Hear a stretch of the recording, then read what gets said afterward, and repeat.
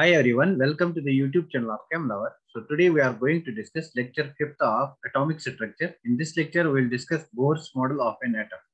So this is a very important lecture from both physics as well as chemistry point of view. यहाँ से आपके questions physics के point of view से भी आ सकते हैं और केमिस्ट्री के पॉइंट ऑफ व्यू से भी आ सकते हैं यहाँ पे आपके क्वेश्चंस। तो स्टार्ट करते हैं आज का topic that is Bohr atomic model. So let us first see the postulates of Bohr atomic model. These are the postulates of Bohr atomic model. So the first postulate of Bohr atomic model is the electron revolves around the nucleus under the influence of Coulombic force. So let me explain this postulate. This postulate को मैं explain करूँगा. We take a different ink over here. So basically हमारे पास ये atom है. This is the nucleus of an atom. और this is the shell. तो हमारा जो इलेक्ट्रॉन है that revolves around this nucleus. That the charge on the nucleus, it is Ze is the charge on nucleus and E is the charge on electron. So basically this revolves around the nucleus, this electron revolves around the nucleus. So basically there is a force of attraction between this, what type of force of attraction इनके बीच में है, that's electrostatic force of attraction. So that is Coulombian force of attraction. तो मेरे पास ये charge Q1 है, ये charge Q2 है, तो इनके बीच में फोर्स ऑफ अट्रैक्शन अगर मैं देखूंगा that will be F electrostatic. So this F electrostatic will be equal to 1 by 4 pi epsilon 0 Q1 Q2 by R square. What is by Q1? It is Ze into E divided by R square. So this is the electrostatic force of attraction between the nucleus and an electron. So whenever an electron is revolving in a circular orbit, this force is balanced by other force, that's the upward force. तो यहाँ से इसका circular motion में एक और force लगता है, that centripetal force, it is balanced by that force. That force is F is equal to mv square by R. These two forces are balanced to each other. So F electrostatic becomes equal to this centripetal force. तो देखो यहाँ पे the electron revolves around the nucleus under the influence of Coulombian force called the stationary orbit. तो जिस orbit में electron revolve करता है that's called stationery orbit. जिस भी ऑर्बिट में इलेक्ट्रॉन रिवॉल्व करता है दैट्स उस ऑर्बिट को बोहर ने कहा इट्स स्टेशनरी ऑर्बिट. इस ऑर्बिट को बोहर ने कहा इट्स स्टेशनरी ऑर्बिट. तो बोहर ने साथ में एक और पोस्टुलेट दिया कि कौन से ऑर्बिट को हम स्टेशनरी ऑर्बिट कहते हैं, कौन से ऑर्बिट में इलेक्ट्रॉन रिवॉल्व कर सकता है. तो यहाँ से सेकंड पोस्टुलेट आता है किस ऑर्बिटल में इलेक्ट्रॉन रोटेट कर सकता है. An electron revolve only in those orbitals for which angular momentum is quantized. That's quantization of angular momentum. So this postulate is quantization of angular momentum. Quantization of angular momentum को हम L से denote करते हैं. Quantization of angular momentum. According to Bohr, an electron revolves only in those orbitals for which this angular momentum, that's L, किसके बराबर होता है? mvr, for which it is equal to integral multiple of h over 2 pi. H over 2 pi, integral multiple of h over 2 pi. Where this n it can take quantum number values, means your n can be over here, it can be 1, 2, 3, it can have integral values 1, 2, 3, 4, 5, 6 like that. Means your electron can rotate revolve in that orbital for which this mvr, that's angular momentum, is equal to h over 2 pi when your n is equal to 1. Or it can rotate in the orbital for which n is equal to 2, then it is 2 h over 2 pi. So you can write it like this, h over pi. This is equally correct for n is equal to 2. Or electron can revolve in that orbital for which this angular momentum is equal to 3h over 2 pi like that. In this case, your n is equal to 3. These are quantized values of angular momentum. These are quantized values and stands for quantized values. That's the quantum number values of angular momentum. Means आपका electron उन्हीं orbitals में revolve कर सकता है जिन orbitals को हम stationery orbitals कहते हैं. उन ऑर्बिटल्स के लिए आपका angular momentum it should be equal to nh over 2 pi. By nh over 2 pi we mean that this n should have integral values 1, 2, 3, 4, 5, 6. It cannot have fractional value. Clear? So this is second postulate. And third postulate is तो electron हमारा कब energy release करेगा या energy emit करेगा या absorb करेगा. So let us take this is second orbit and let us take this is third orbit. तो basically हमारा इलेक्ट्रॉन जो इलेक्ट्रॉन है when it will release energy और when it will absorb energy. तो हमारा जो इलेक्ट्रॉन है इट ओनली इमिट्स और absorbs energy when it jumps from higher to lower energy level, when it jumps from one energy level to another energy level. For example मैं इस diagram को एक और तरीके से बनाऊंगा. ये मेरा n इज इक्वल टू 1 है, that is first for this n is equal to 1, for this n is equal to 2 and for this n is equal to 3। तो इसी चीज को अगर मैं ऐसे बनाऊंगा, एनर्जी लेवल डायग्राम को ऐसे बनाऊंगा, this is my n is equal to 1, this is n is equal to 2, this is n is equal to 3, this is n is equal to 4। तो इस n is equal to 1 level की मैं energy लिखूंगा, it's E1। तो इसकी energy क्या होगी E2, इसकी एनर्जी क्या होगी E3, इसकी एनर्जी क्या होगी E4। तो इलेक्ट्रॉन का बेसिकली एनर्जी लूज करेगा व्हेन इट एब्जॉर्ब्स और इमिट्स एनर्जी। तो इलेक्ट्रॉन अगर बेसिकली आपके एनर्जी लेवल ई में है, it can go to energy level E2। अगर इलेक्ट्रॉन E1 से E2 में जाएगा, basically it will absorb energy, और it can go from energy level E1 to E3, और it can go equally from energy level E1 to E4। like that it can emit energy by when it jumps from higher energy level to lower energy level। मतलब ये E4 से E3 jump करेगा, E3 से E4 jump करेगा, E2 से E1 jump करेगा। so energy is absorbed or emitted only when electron jumps from one energy level to other energy level। so जो energy होगी यहाँ पे वो किसके बराबर होगी, that will be difference of between these two energy levels।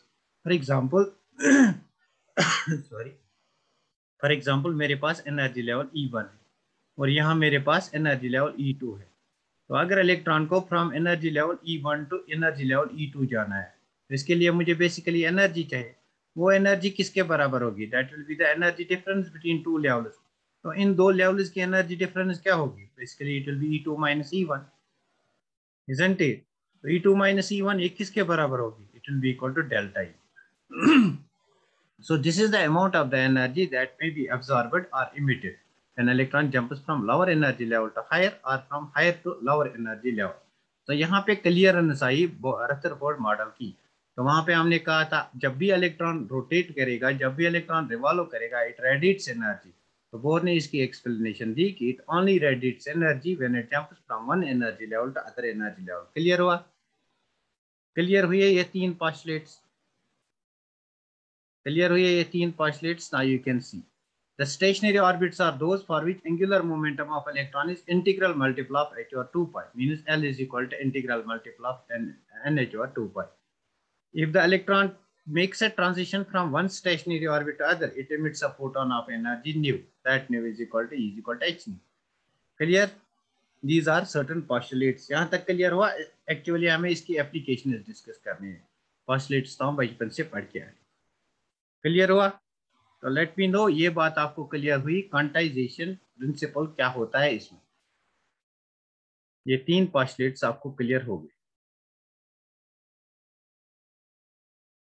Slide 1, हाँ they are postulates, slide 1 में पोस्टुलेट्स है, ये देखो आप postulates. The electron moves only the electron moves about the nucleus under the influence of coulombian force. ये आपका electron है। Let me take different ink over here, I will show you. मतलब ये आपका इलेक्ट्रॉन है यहाँ पे, this is an electron. It is attracted towards this nucleus by means of Coulombian force, that the charge on the nucleus is Ze and the charge on the electron is E। तो यहाँ पे जो force है, that's electrostatic force of attraction, F electrostatic, that will be equal to 1 by 4 pi epsilon 0 Q1 Q2। What is Q1? That's charge on nucleus, that is Ze, into Q2, that's E, divided by R square। So ये आपकी distance R है।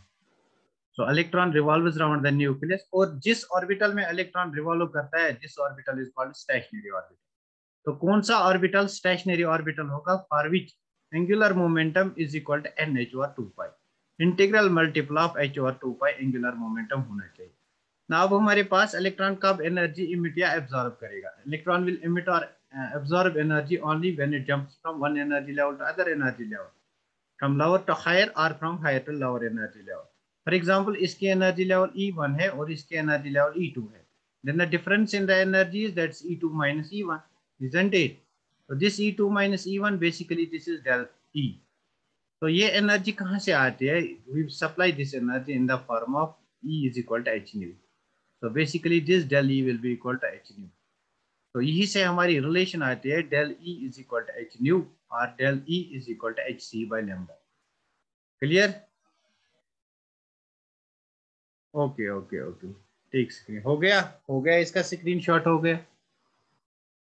इसका screenshot हो गया। Will discuss इसकी applications बहुत ज्यादा important है। You can find every question from energy और radius in every question of previous year NEET physics paper, और केमिस्ट्री में भी आए हैं बहुत सारे क्वेश्चन जैसे। हो गया इसका स्क्रीनशॉट।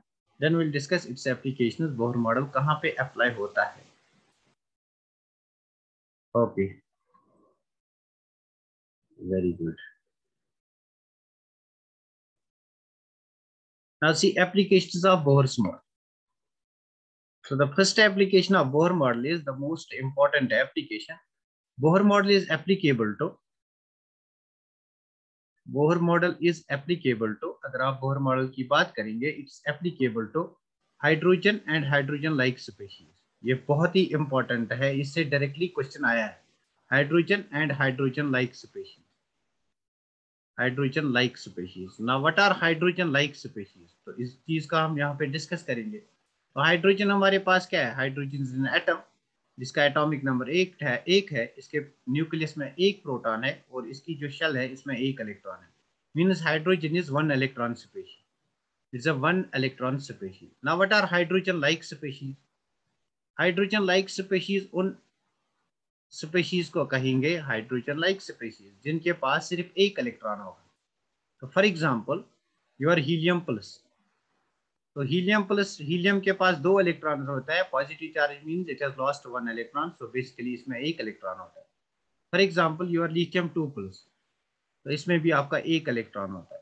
तो अगर क्वेश्चन आएगा Bohr model is applicable to, it's applicable to hydrogen, it's applicable to helium plus, it's applicable to lithium 2 plus, तो basically it will not be applicable to helium, it will not be applicable to lithium, it will not be applicable to beryllium. Why? Because यहाँ पे आपके दो electrons हैं, यहाँ पे आपके तीन इलेक्ट्रॉन्स हैं, जितना एटॉमिक नंबर उतने इलेक्ट्रॉन्स, यहाँ पे आपके चार इलेक्ट्रॉन्स हैं, इनमें बोहर मॉडल एप्लीकेबल नहीं होगा। It's applicable to hydrogen and hydrogen like species, not applicable. Clear, ये बात क्लियर हुई। क्वेश्चन डायरेक्टली आया है यहाँ से, तो क्वेश्चन आ सकता है। नंबर सेकंड एप्लीकेशन हम देखते हैं। With the help of Bohr model we can determine energy of an electron, we can determine radius of an electron, we can determine energy of an electron, and we'll use approximation theory, we'll determine over here kinetic energy as well, potential energy as well. तो अभी हम इन चीज का discuss करेंगे, energy किसके बराबर होती है, काइनेटिक एनर्जी किसके बराबर होती है, पोटेंशियल एनर्जी किसके बराबर होती है, रेडियस किसके बराबर होती है। बेसिकली जो भी आपके क्वेश्चंस आएंगे वो यहाँ से आएंगे, वो यहाँ से आएंगे। और we can discuss velocity of an electron, velocity भी डिस्कस हम कर सकते हैं, वेलोसिटी भी निकाल सकते हैं, ऑर्बिटल फ्रीक्वेंसी निकाल सकते हैं, ऑर्बिटल फ्रीक्वेंसी हम निकाल सकते हैं, and we can determine time period of revolution भी निकाल सकते हैं, टाइम पीरियड ऑफ रिवोल्यूशन। इन सब का अलग अलग डिस्कशन होगा, time period of revolution. Even we can discuss wavelength lambda हम निकाल सकते हैं using Rydberg formula. So these are the applications. तो फर्स्ट एप्लीकेशन की बात करेंगे, that is determination of radius of an electron. मैं यहाँ पे डायरेक्ट एक्सप्रेशन लिखूंगा बिकॉज आपको डेरिवेशन की जरूरत नहीं है, नीट में आपको डेरिवेशन की जरूरत नहीं है, डेरिवेशन की जरूरत आपको 11th क्लास में पड़ती है। क्लियर? तो let us understand energy of an electron. ये वाला पेज हो गया आपका, ये वाली स्लाइड होगी आपकी। एनर्जी में मैं बताऊंगा आपको याद क्या रखना है, क्वेश्चंस कैसे आएंगे। लेट मी नो फर्स्ट, ये स्लाइड हो गया। बोर मॉडल से हम रेडियस निकाल सकते हैं, एनर्जी ऑफ एन इलेक्ट्रॉन निकाल सकते हैं, kinetic energy, potential energy using approximation theory, velocity, orbital frequency, time period, wavelength, like that. अगर ये हो गया, हम नेक्स्ट पेज देंगे, हम रेडियस का डिस्कस करेंगे। Very good. तो डायरेक्टली हम रेडियस पे आए, radius of electron. First will discuss radius of electron. General expression में यहाँ पे लिखूंगा because we do not need any sort of derivation. तो general expression radius of electron in nth orbit, it is equal to radius of electron किसके बराबर होता है, n square h square. What is n? n is principal quantum number and h is your Planck constant divided by 4 pi square. ये equation आपको याद रखनी है, कभी एग्जाम में डायरेक्ट पूछ सकता है। m के z e square, z e square. अगर आप इस इक्वेशन में देखोगे आपका प्लैंक्स कांस्टेंट जो है h, it's a constant, h is Planck's constant, मतलब इसका वैल्यू सेम ही रहेगा। प्लैंक्स कांस्टेंट है, इसका वैल्यू सेम ही रहेगा। आप इसका वैल्यू भी याद रख सकते हो, 6.624 इंटू 10⁻⁻34, 6.624 इंटू 10⁻⁻34। तो यहाँ पे आपका 4 भी कांस्टेंट है, 5 भी कांस्टेंट है, यहाँ पे m भी कांस्टेंट है, mass of electron you know it, it is 9.1 into 10⁻⁻31 kilogram, isn't it. यहाँ पे आपका k भी कांस्टेंट है, k होता है 1/4 pi epsilon 0 and you know it's 9 into 10⁻9 newton coulomb metre. तो यहाँ पे आपका charge on an electron E is also constant, it is 1.6 into 10⁻⁻19। So what is the variable factor? Variable factor कौन कौन सा यहाँ पे दो ही वेरिएबल्स है। तो वेरिएबल हमारा यहाँ पे n है जो चेंज हो सकता है, प्रिंसिपल क्वांटम नंबर जो चेंज हो सकता है, नंबर ऑफ शेल जो चेंज हो सकता है, और वेरिएबल हमारा z है। तो मतलब अगर हम h का वैल्यू, पाई का वैल्यू, m का वैल्यू, k का वैल्यू, e का वैल्यू पुट करेंगे तो हमारे पास एक और रिलेशन आएगी, that's r is equal to radius of electron is equal to, it will come out to be, radius of electron will come out to be if you put the values, अगर आप values put करोगे rn will be equal to 0.529 into n square, तो ऊपर n square है, divided by z, नीचे z है। what is z? z is atomic number, और what is n square? it's a principal quantum number। तो ये angstrom में आपको आएगा, this will come in angstrom. ये इक्वेशन आपको याद रखनी है, किसी भी सूरत में ये इक्वेशन याद रखनी है, ये इक्वेशन आपको किसी भी सूरत में याद रखनी है, ये इक्वेशन आपको किसी भी सूरत में याद रखनी है। Radius of electron is equal to 0 अगर ये इक्वेशन भूल भी जाओगे तो कोई टेंशन नहीं है, बट ये इक्वेशन आपको किसी भी सूरत में याद रखनी है। Radius of electron is equal to 0.529 into n square divide by z. ये जो वैल्यूज है it comes out in angstroms. Clear?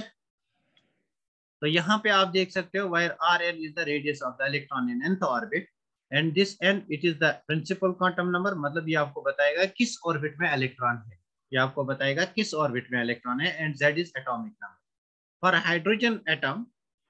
for hydrogen atom अगर हम हाइड्रोजन एटम की बात करेंगे, what is z equal to? z is equal to 1, your atomic number is equal to 1, therefore Rn will be equal to 0.529 into n square angstrom, isn't it?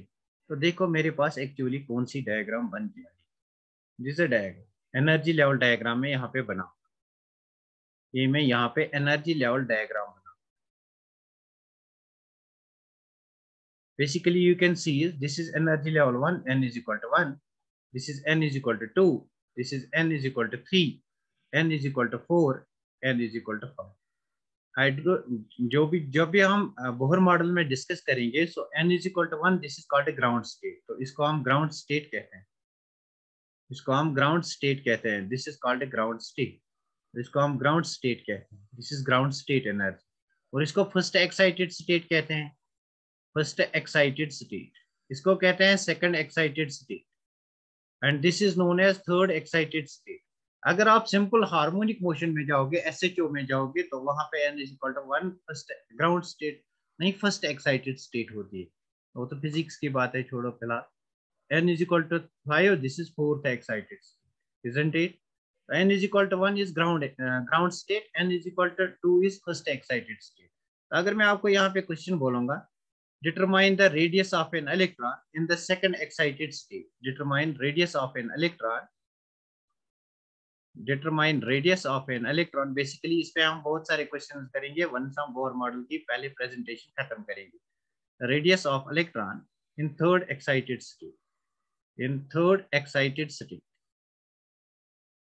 in third excited state of hydrogen atom। तो third excited state की बात करते हैं, therefore हमें याद होना चाहिए, हमें पता होना चाहिए थर्ड एक्साइटेड स्टेट मतलब n इज इक्वल टू 2, बस हमारा काम खत्म हो गया। थर्ड एक्साइटेड स्टेट मतलब n is equal to 2, if n is equal to 2 we will write r third, it will be equal to 0.529 into n का value third excited state के लिए क्या है 2, that is 2 square, that is 4। बस यहां से आपका आंसर आएगा 4 इंटू 16, अच्छा 0.52 इंटू 16 कहाँ आएगा फॉर थर्ड एक्साइटेड, अच्छा for this is third excited, sorry For third excited state, n is equal to 4. Sorry. So this is 4 4s are 16. Very good. हाँ 16 आएगा. तो यहाँ से आप सॉल्व करोगे. 16 नहीं है 144. यहाँ पे 14 मतलब 16 46 16 84. So this will come out after 3 we have a point. This will come out to 8.464. Angstrom में आपका वैल्यू आ गया. This is how we can determine the radius of an electron. तो अगर हम यहाँ से एक रिलेशन बनाएंगे between two different energy levels तो कैसे बनाएंगे. इसको लिखेंगे R1, दूसरे को लिखेंगे R2. उन दोनों को कंपेयर करेंगे. हमारे पास एक जनरलाइज्ड इक्वेशन आएगी जो हमें एग्जाम में हेल्पफुल बनेगी. तो नेक्स्ट पेज पे जाते हैं. इस पेज को पहले आप कॉपी करो. मुझे बोलो ये पेज आपने कॉपी किया. लेट मी नो ये स्लाइड आपने कॉपी.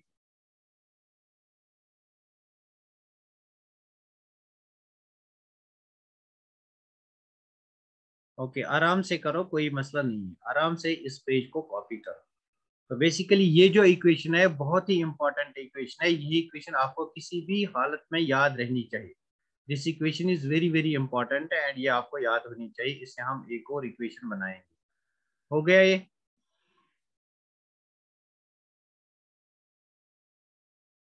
इसके बेसिस पे हम बहुत सारे क्वेश्चंस नेक्स्ट लेक्चर में करेंगे. तो लेट मी नो ये हो गया आपका. For third excited state, this is the third excited state. इसके लिए हमारा n is equal to 4. So n is equal to 1 ground state, n is equal to first excited state, n is equal to 3 second excited state, n is equal to 4 third excited state, n is equal to 5th, it is fourth excited state. हो गया. इसको have you taken the screenshot of this? इसका screenshot जल्दी से ले लो. We'll take the next page.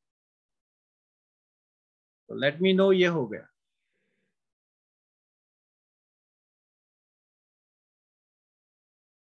Very good very good. तो next page पे जाते हैं. तो देखो मेरे पास जो इक्वेशन बन के आई that's Rn is equal to 0.529 into n square divided by z. So for example I have to compare two energy levels. For example I have to compare energy level 1 and energy level 2. मतलब radius of first energy level and radius of second energy level. So I will compare R1 is equal to 0.529 into n square divided by z. हाँ very good. तो यहाँ पे n1 square लिखेंगे divide by z1. R2 is equal to 0.529 into n2 square divided by z2. तो बस यहाँ पे इनको डिवाइड करो and you will get 0.529 gets cancelled. Therefore R1 by R2 is equal to n1 square divided by z. इसका उल्टा पलट हो जाएगा. z1 ये ऊपर आ जाएगा that is z2 divided by n2 square. इसको आप मोर सिंपलीफाइड वे में लिख सकते हो. R1 divided by R2 is equal to n1 square divided by n2 square into z2 divided by z1. If the atoms are similar, you can cancel out z1 and z2. Then this is the relation. तो ये relation आपके पास आएगी. यहाँ से question बहुत सारे आए हैं और बनते भी. यहाँ से बहुत सारे क्वेश्चन आते हैं. तो फॉर एग्जाम्पल मेरे पास question the ratio of radii of first excited state of an electron, first excited state to that of first excited state of hydrogen atom to that of second excited state of helium atom is. तो बस इसको हमें यहाँ पे solve करना है. देखो हमारे पास first excited state of hydrogen atom. तो फर्स्ट एक्साइटेड स्टेट के लिए मुझे बताओ what is the value of n.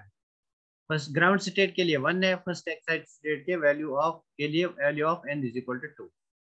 तो that of second excited state के लिए value of n is equal to 3. बस हमारा काम हो गया. तो हम लिखेंगे for first excited state that is R2 second x या R1 लिखो, जो भी आपको मर्जी है। R फर्स्ट लिखो, first excited state divide by R second excited state. So this will be equal to, for first excited state, N1 divided by N square, N1 square divided by N2 square into Z2 divided by Z1। तो N1 square मेरे पास first state है, that's N is equal to 2, तो मैं लिखूंगा, यहाँ पे लिखूंगा 2 स्क्वायर डिवाइड बाय N2 मेरे पास 3 है, तो मैं 3 स्क्वायर लिखूंगा। तो Z2 मेरे पास हीलियम है, हीलियम का एटॉमिक नंबर क्या है, its atomic number is 2। And Z1 मेरे पास हाइड्रोजन है, इसका एटॉमिक नंबर 1 है। बस हमारा काम हो गया। 2 2s are 4, 3 3s are 9 into 2 divided by 1। So it is 4 2s are 8 by 9, so the answer is 8 by 9। Very good, बहुत बढ़िया। जिस किसी ने भी 8 by 9 आंसर दिया, very good. So it will come out to be then 0.88। Very good. तो very good, questions ऐसे आएंगे तो will solve questions in the next slide, मतलब इन द नेक्स्ट लेक्चर। तो पहले हम आज के लेक्चर में एनर्जी को डिस्कस करेंगे, एनर्जी के बेसिस पे हम कुछ रिलेशंस देखेंगे। तो क्या ये पेज आपने कॉपी किया, have you noted down this page, तब जाके हम एनर्जी को डिस्कस करेंगे। लेट मी नो इसका स्क्रीनशॉट आपने लिया, then we will determine energy. तो हम एनर्जी को डिस्कस करेंगे। वेरी गुड, तो let us discuss energy. Energy की बात अगर करेंगे, बोलो हमारे इलेक्ट्रॉन के पास कौन सी कितनी एनर्जी होगी, दैट्स टोटल एनर्जी की बात करेंगे। तो टोटल एनर्जी किसके बराबर होगी, it will be equal to kinetic energy plus potential energy, isn't it. तो यहाँ पे हम काइनेटिक एनर्जी की बात करेंगे, पोटेंशियल एनर्जी की बात करेंगे और टोटल एनर्जी की बात करेंगे। बेसिकली जो मैं एनर्जी की पहले बात करूंगा, that will B total energy. इस एनर्जी की मैं पहले बात करूंगा। So this energy I represented this energy as E. So this energy is equal to energy of an electron. It's equal to minus 2 pi square. General equation में लिखता हूँ. I need not to deduce its expression over here. 2 pi square k square me4. 2 pi square k square me4 divided by n square h square. Divided by n square h square. ये मेरे पास equation 1 क्या है। Again you can see over here 2 भी constant है, पाई भी constant है, के भी कांस्टेंट है, एम भी कांस्टेंट है, ई भी कांस्टेंट है, isn't it? These all are constants. ये सब यहाँ पे हमारे पास कांस्टेंट्स हैं। यहाँ पे जेड स्क्वायर भी होगा, हाँ यहाँ पे Z square. The only factors, the only things that change over here, यहाँ पे क्या क्या चेंज होता है, एक हमारा ये जेड चेंज होता है, दिस जेड स्क्वायर चेंज होता है, और हमारा एच स्क्वायर चेंज होता है, सॉरी, और हमारा एन स्क्वायर चेंज होता है, H is also constant.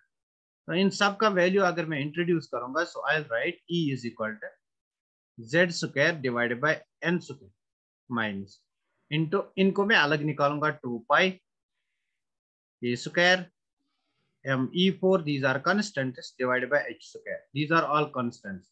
In constants का वैल्यू अगर मैं यहाँ पे पुट करूंगा, so this energy will come out to be minus 21.8 minus 21.80 into 10 raised to power minus 19 joules per atom, joules per atom। नीचे आपका होगा n square।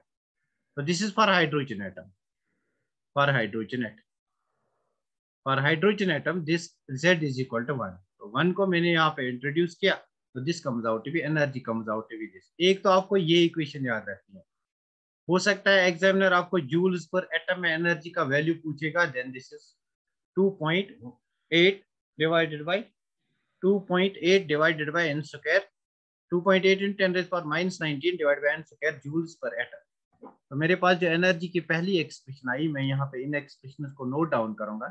एनर्जी की पहली एक्सप्रेशन जो आई, that is equal to 21.8 into 10 raised to power 10 raised to power minus 19। लेकिन ये energy किस में है, यूनिट्स बहुत ज्यादा इंपॉर्टेंट है, जूल्स पर एटम में, डिवाइडेड बाय एन स्क्वायर। तो यहाँ पे आप माइनस का साइन इंडिकेट करो, बिकॉज एनर्जी यहाँ पे माइनस है। तो यहाँ पे आप जेड स्क्वायर भी लिख सकते हो, for hydrogen atom Z is 1, तो कोई बात नहीं है, आप जेड स्क्वायर भी लिख सकते हो। So this is energy in joules per atom. लेकिन अगर हमें एनर्जी इलेक्ट्रॉन वोल्ट्स में निकालनी है, तो हमें इस जूल को इलेक्ट्रॉन वोल्ट से रिलेट करना है। अगर मैं एनर्जी को, हाँ वेरी गुड वेरी गुड, तो अगर मुझे एनर्जी इन इलेक्ट्रॉन वोल्ट्स देखनी है, So this energy will come out to be minus 13.6 divided by n square electron volts. This is in electron volts per atom. Electron volts per atom. So how we are going to get this answer? यहाँ पे आपको conversion आना चाहिए. यहाँ पे आपको conversion आना चाहिए.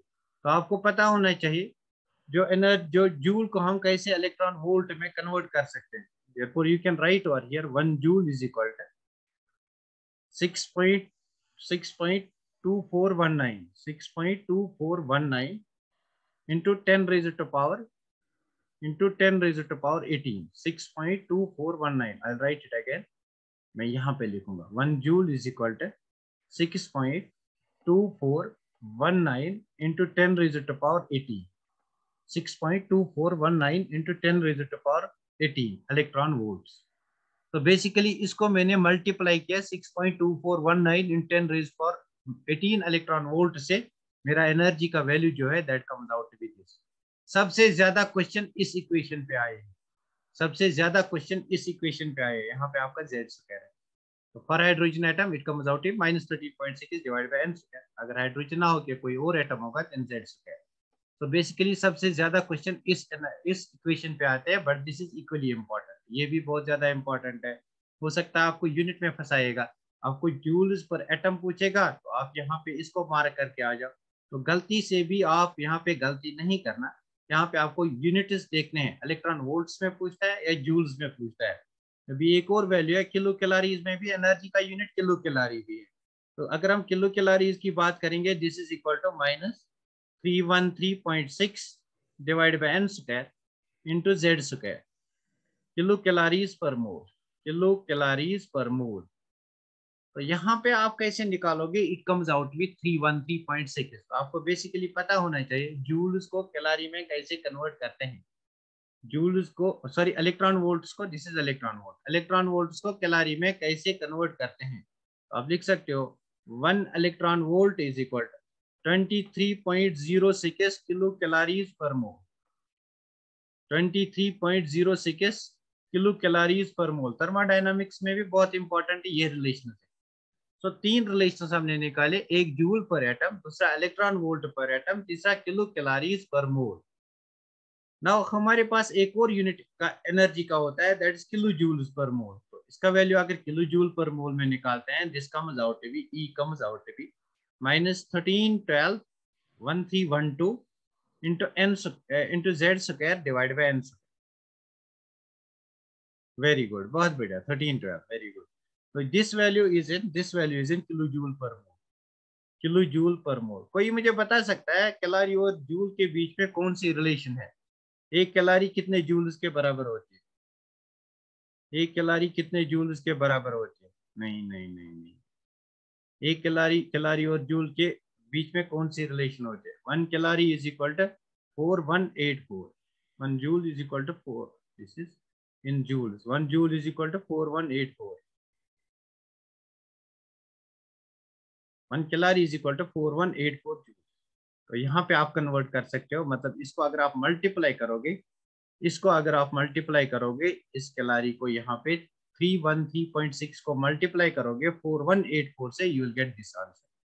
So these are 4 important relations. 4 relations है based upon unit conversion. 4. हाँ 4 आप approximately 4 भी लिख सकते हो. 4184 में आप approximately 4 भी लिख सकते हो. अगर बहुत ज्यादा कैलकुलेशन है you can take approximately equal to 4. देखो 4 1 is 4. इसको मल्टीप्लाई करो यहाँ से. 4 3 are 12. 12 plus 1 it becomes equal to 30. Clear? तो ये 4 रिलेशंस क्लियर हो गई. चारों की चारों रिलेशंस आपको याद रखनी है. आपको क्या पता है एग्जामिनर किस यूनिट में पूछेगा? Examiner directly relation based question पूछेगा. मतलब किस रिलेशन किस यूनिट में पूछेगा ये आपको पता नहीं है. इसलिए चारों की चारों रिलेशंस बहुत ही इंपॉर्टेंट है. अरे यार क्या कहते हो? 109678. This is Rydberg constant value. This is not the value. It is 4184. तो वो वैल्यू हम यूज करेंगे जब हम रेडबर्ग फार्मूला यूज करेंगे. वो कांस्टेंट हम रेडबर्ग फार्मूला में यूज करेंगे. So these are 4 energy values which are very important. अगर जूल्स पर एटम में पूछेगा then this is the correct value. अगर इलेक्ट्रॉन वोल्ट्स में पूछेगा this is the correct value. जो भी आपकी प्रॉब्लम आएंगी mostly they will be based on this electron volt per atom. तो अगर आपका पूछेगा किलो कैलोरीज में then this is the value, अगर आपका पूछेगा किलो जूल्स में then this is the value. So basically अगर आप ये एक वैल्यू याद रखोगे, फिर 2-3 बार ट्राई करके इनका वैल्यू सब्स्टिट्यूट करोगे, तब जाके आपको कन्वर्जन भी याद रहेगी। एक तो कन्वर्जन का फायदा होगा, दूसरी ये सारी एक्सप्रेशंस आपको याद रहेंगे। सो बेटर इज आप ये वाली इक्वेशन याद रखो, फिर इनको रिलेट करके, फिर इन सब को रिलेट करके यहाँ पे वैल्यू सब्स्टिट्यूट करके डिफरेंट वैल्यूज। ठीक, ये बात क्लियर हुई। तो बेसिकली इन सब में से हम ये बात अभी याद रखेंगे, ये वाली इक्वेशन।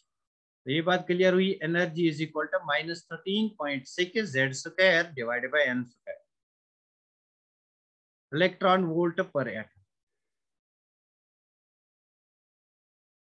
क्लियर, ये पेज क्लियर हुआ, ये स्लाइड क्लियर हुई आपको। There are 4 different values of energy in 4 different units, ये स्लाइड क्लियर हुई। 4 different values of energy in 4 different units. Very good, सब बच्चे बोलो ये स्लाइड क्लियर हुई। वेरी गुड, वेरी गुड, बहुत बढ़िया। तो नेक्स्ट हम डिस्कस करेंगे वेरिएशन थ्योरम को हम यहाँ पे यूज करेंगे। वेरिएशन थ्योरम को हम यहाँ पे यूज करेंगे। तो बेसिकली आपका वायरल थ्योरम एग्जाम में नहीं है, मतलब वायरल थ्योरम अलग सब्जेक्ट नहीं है, बट हमें यहाँ पे थोड़ा सा यूज करना है। तो हमारे पास जो एनर्जी का वैल्यू आ गया in electron volt, energy came out to be -13.6 Z square divided by n square in electron volts, isn't it? In electron volts. Now we'll use viral theorem. Using viral theorem. Using viral theorem. तो viral theorem basically quantum mechanics में हम use करते हैं। मैं directly उसके results लिखूंगा viral theorem के। तो viral theorem से हमें क्या मिलता है? viral theorem के हमें क्या बोलती है? viral theorem कहते हैं हमें जो एनर्जी ऑफ एन इलेक्ट्रॉन है it's equal to kinetic energy. अगर हम निकालेंगे kinetic energy of an electron it's equal to negative of energy, negative of E total. Total energy का नेगेटिव आपका काइनेटिक एनर्जी के बराबर है। बस काम खत्म। आपको टोटल एनर्जी पता है, इसका नेगेटिव वैल्यू ले लो, मतलब minus into -13.6 Z square divided by n square electron volt. So it will come out to be 13.6। तो kinetic energy comes out to be plus 13.6 Z square divided by n square electron volt. Clear? This is the application of virial theorem. Quantum mechanics में हम virial theorem use करके kinetic energy of an electron in hydrogen atom it's equal to, this is for hydrogen atom, it's equal to minus total energy. Clear हुआ? Kinetic energy is equal to minus total energy. ये बात आपको याद रखनी है, फिर ये value खुद ही याद है। तो डायरेक्ट यहाँ से भी क्वेश्चन पूछ सकता है, kinetic energy is equal to negative value of total energy it's equal total energy twice total energy, like that. तो ये बात क्लियर हुई, बहुत ही इंपॉर्टेंट है, दिस इज वेरी इंपॉर्टेंट। तो this is the application of virial theorem. तो कभी पूछ सकता है this result has been obtained from, this results have been obtained from virial theorem. Number second हम बात करेंगे potential energy. So your potential energy, हाँ very good, this is again virial theorem. Potential energy is equal to 2 times kinetic energy. Potential energy is 2 times total energy, not kinetic energy, 2 times total energy. तो total energy आपकी किसके बराबर है? -13.6 Z square divided by n square electron volt. This will come in out electron volt. इसको multiply 2 से करना है, इस चीज को 2 से मल्टीप्लाई करना है। तो 2 6 are 12, 2 3 are 6, 1 7, 2 1 are 2। so this is 27.2 divided by n square into z square electron volt. So this is your potential energy. This is your potential energy. Clear? तो मुझे बता, जो हमारी टोटल एनर्जी है, टोटल एनर्जी जो है, how it is related to kinetic energy. So we can say kinetic energy जो है it's equal to minus of total energy, और जो हमारी पोटेंशियल एनर्जी है इट्स इक्वल टू, तो पोटेंशियल एनर्जी निकालनी है, potential energy of an electron in the first excited state of helium atom. Answers पे दूंगा, अच्छा आंसर्स तब पे दूंगा जब भी इसको सॉल्व करो। पहले आप सॉल्व करो, उसके बाद मैं सॉल्व करो। मुझे लगता है ये क्वेश्चन इस साल आएगा, मतलब पोटेंशियल एनर्जी पे क्वेश्चन आएगा, बिकॉज वो लोग पोटेंशियल एनर्जी को भूल गए।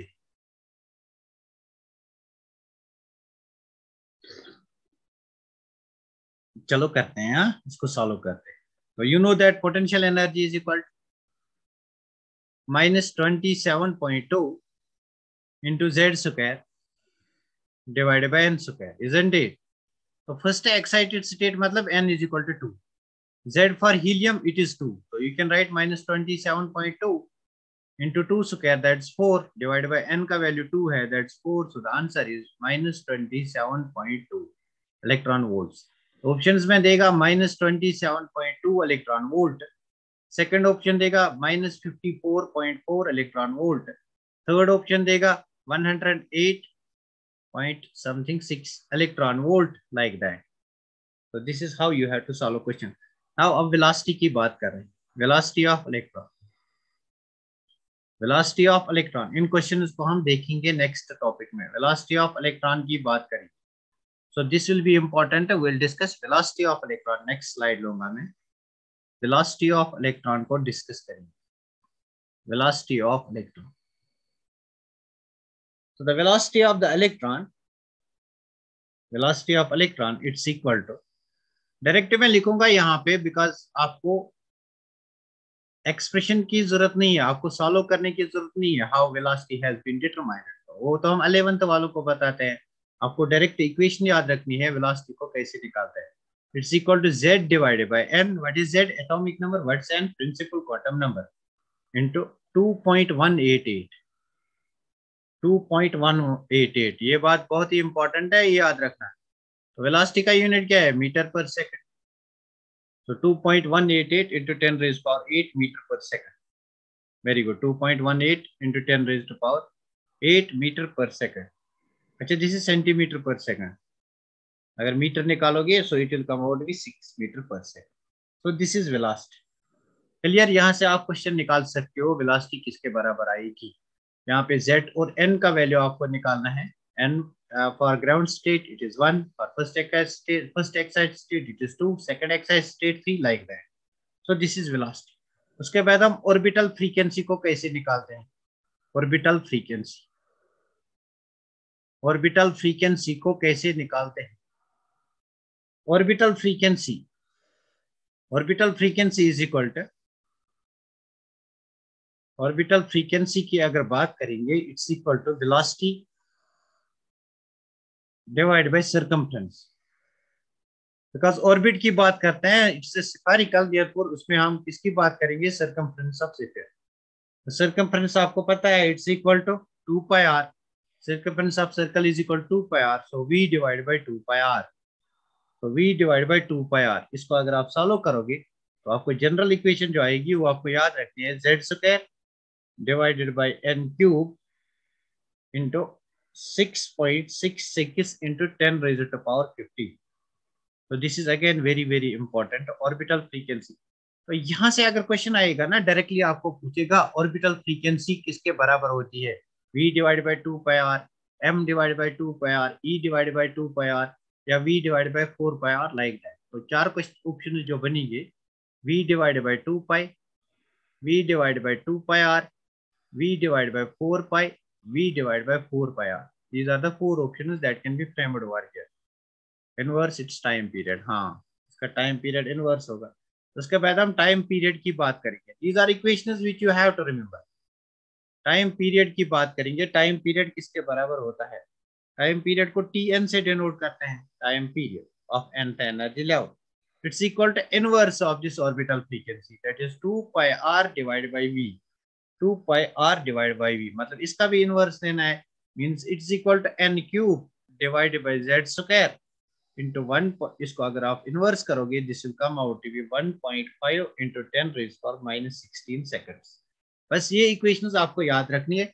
एक और इम्पोर्टेंट बात जो आपके बुक्स में दी गई नहीं होगी वो मैं आपको बताऊं. एक और इम्पोर्टेंट बात मैं आपको बताऊं. 10 raised to power 15. अरे यार this is 10 raised to power 15. एक पॉइंट का हमने यहाँ लिया 16 बनाया, इनवर्स लिया, ये नीचे आ गया तो माइनस बन गया. दैट्स व्हाई टाइम पीरियड में माइनस आएगा 10 raised to power -16 सेकंड्स. तो 1.50 लिखो देन इट विल बी 50. एक ही बात, मतलब पॉइंट की बात. Orbital degeneracy. Orbital degeneracy. Orbital degeneracy is equal to n square. This is again very important. This is again very important. Orbital degeneracy is equal to n square. That's principal quantum number square. Clear? यहां तक clear हुआ? Formulas ही मैं आज देता हूं इस topic में, सिर्फ फॉर्मूलाज। अभी 2-3 फॉर्मूलाज और हैं, उसके बाद हम टॉपिक को कंक्लूड करेंगे। नेक्स्ट टॉपिक में इसके मतलब हम क्वेश्चन डील करेंगे। ऑर्बिटल डिजेनरेसी किसके बराबर होता है? It's equal to n square. तो इस चीज को आप इसका स्क्रीनशॉट ले लो, because these are very important formula. यहाँ से डायरेक्टली आपको क्वेश्चन आ सकता है। यहाँ पे ऑर्बिटल फ्रीक्वेंसी किसके बराबर आता है? तो ऑर्बिटल फ्रीक्वेंसी को अगर मैं म्यू से डिनोट करूंगा, म्यू एन, तो time period will be inversely proportional, मतलब t n is inversely proportional to mu n. It is reciprocal of mu n, isn't it? तो this is again a very important formula. देखो formula से formulas बनते हैं, खुद ही बनाते हैं हम फार्मूलाज। मतलब कोई भी फार्मूला ले लो आप, खुद ही फार्मूलाज को जोड़ तोड़ करके नई फार्मूलाज बना सकते हो, चाहे वो आपके बुक में हो या ना हो, फिर भी आप बना सकते हो गया इसका स्क्रीनशॉट। हमारे पास 2-4 फार्मूलाज और हैं, उनको हम नोट डाउन करेंगे, सो दैट नेक्स्ट टॉपिक में हम डायरेक्टली सिर्फ क्वेश्चन करेंगे।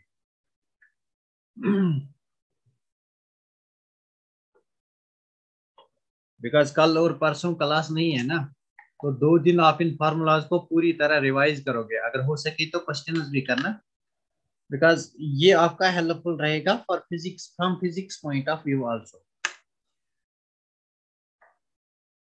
एटॉमिक फिजिक्स में इसकी बहुत ज्यादा एप्लीकेशंस। हो गया इसका स्क्रीनशॉट?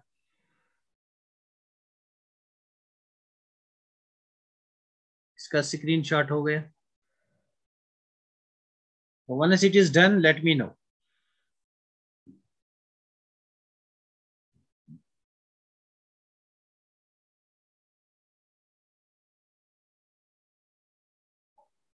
Very good. उसके बाद हमारी एक और फार्मूला आती है, उसके बाद हमारी एक और फार्मूला आती है, that is number of spectral lines. कितनी स्पेक्ट्रल लाइन्स आएंगी? मतलब इस चीज को थोड़ा सा पहले एक्सप्लेन करूंगा। ये मेरे पास हाइड्रोजन स्पेक्ट्रम है। This is energy level, this is energy level n is equal to 1, या energy level E1, this is energy level E2, so this is energy level E3, this is energy level E4, this is energy level E5, like that. तो for example या मैं कहूंगा this is n is equal to 1, n is equal to 2, n is equal to 3, n is equal to 4, n is equal to 5। तो for example हमारा electron n is equal to 4 में, तो यहाँ से इस इलेक्ट्रॉन को आना है from n is equal to 4 to n is equal to 2। Electron has to jump from n is equal to 4 to n is equal to 2। तो यहाँ पे हमें बताना है how many spectral lines are obtained, कितनी स्पेक्ट्रल लाइन्स बनेंगी। तो लिखो number of spectral lines, number of spectral lines produced, number of spectral lines obtained when an electron jumps from higher orbit to lower orbit, number of spectral lines obtained। हाँ very good, बहुत बढ़िया। Number of spectral lines, तो कितनी spectral lines आती है? It's equal to, तो 2 formulas में यहाँ पे आपको दूंगा। एक छोटी फार्मूला दूंगा n into n-1 divide by 2, is a very simple formula. Number of spectral lines is equal to n into n-1 divided by 2. n into n-1 divided by 2. Clear? Or you can use the formula, more appropriate formula अगर आप use करोगे, then this is the formula, n2 minus n1 into n2 minus n1 plus 1। तो ये formula आप prefer करो, this formula, ये formula जो है इसको आप प्रेफर करना, डिवाइड बाई 2, ये फार्मूला आप प्रेफर करना। फॉर एग्जाम्पल हमारा इलेक्ट्रॉन है in 5th energy level, n is equal to 5, तो it jumps from n is equal to 5 to n is equal to 2। तो हमें बताना है नंबर ऑफ स्पेक्ट्रल लाइट। यहाँ पे जो n2 है it's higher energy level, n1 जो है इट्स लोअर एनर्जी लेवल।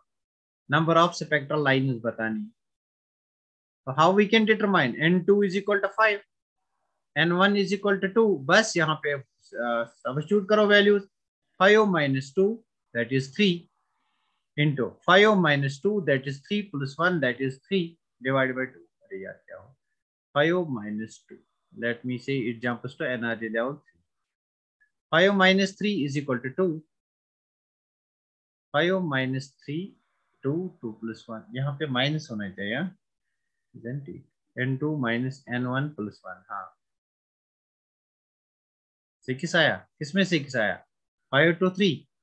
तो लेट अस ट्राई, एक बार फिर करेंगे. n is equal to 5 to n is equal to 3. Formula में सब्स्टिट्यूट करेंगे. n2 what is n2 it's 5 minus what is n1 it is 3. तो into n2 क्या है मेरे पास 5, n1 क्या है 3 प्लस क्या है मेरे पास 1 divided by 2. So 5 minus 3 is equal to 2 into 5 minus 3 is equal to 2, 2 plus 1 is equal to 3. हाँ यहाँ पे मल्टीप्लाई था मैं भूल गया. 3 into 2 is equal to 6, 6 by 2 is equal to 3. तो यहाँ पे 3 लाइनें आएंगी.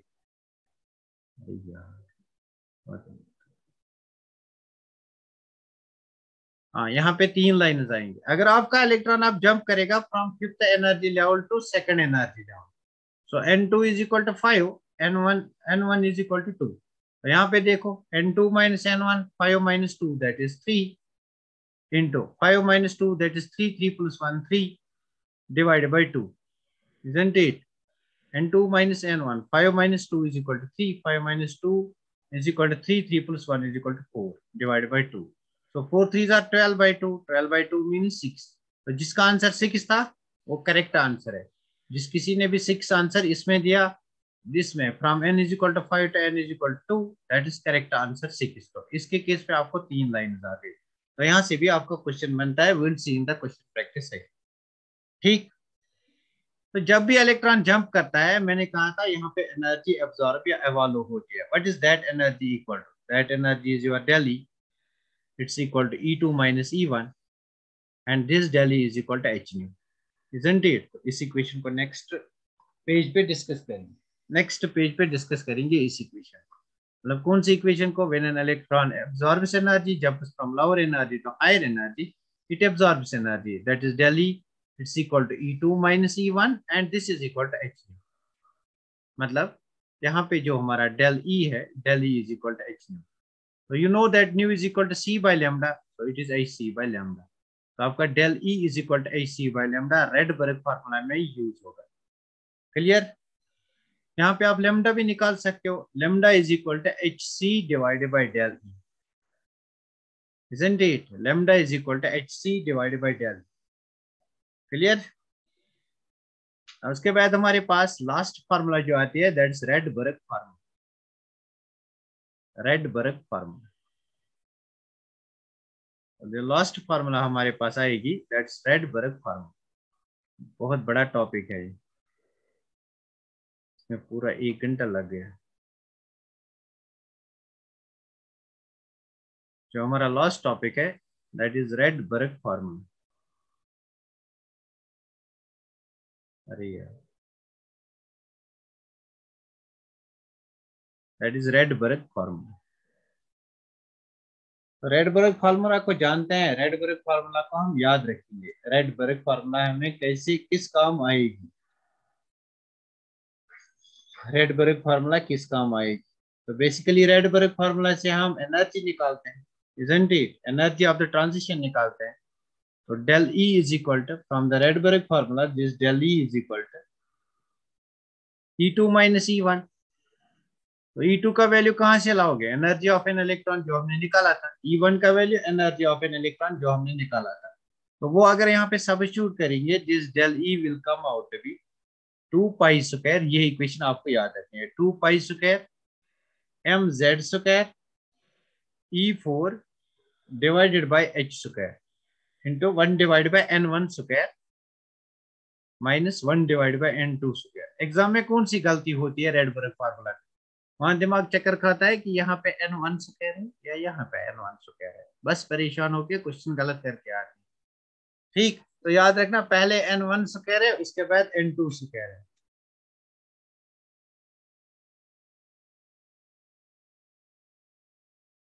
हाँ बस हमने खत्म किया.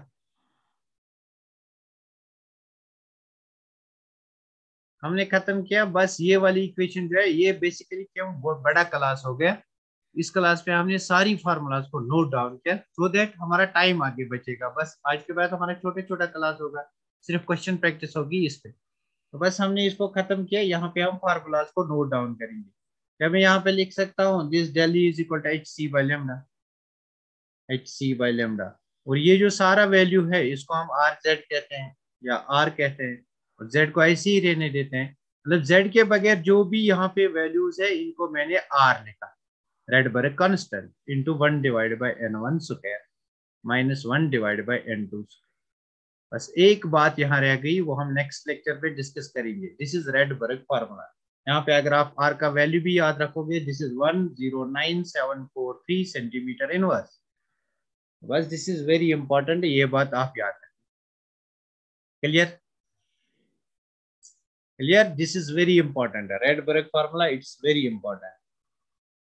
Rydberg formula is very important. तो बेसिकली आप इस फार्मूला को और भी लिख सकते हो। एच सी को अगर यहाँ लाओगे this will be 1 by lambda, 1 by lambda is equal to R Z square divided by H C into 1 divided by n1 square minus 1 divided by n2 square.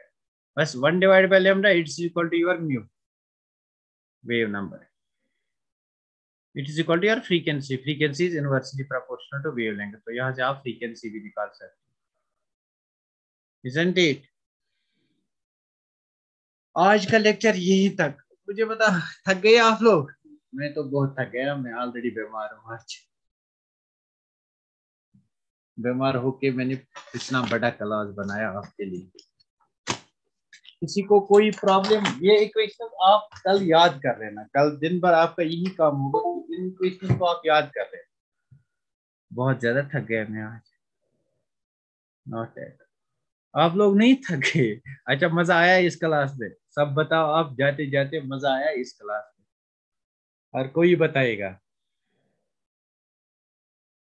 Short short form में मैंने Bohr model को पढ़ाया। Short short form में almost मैंने सारे Bohr model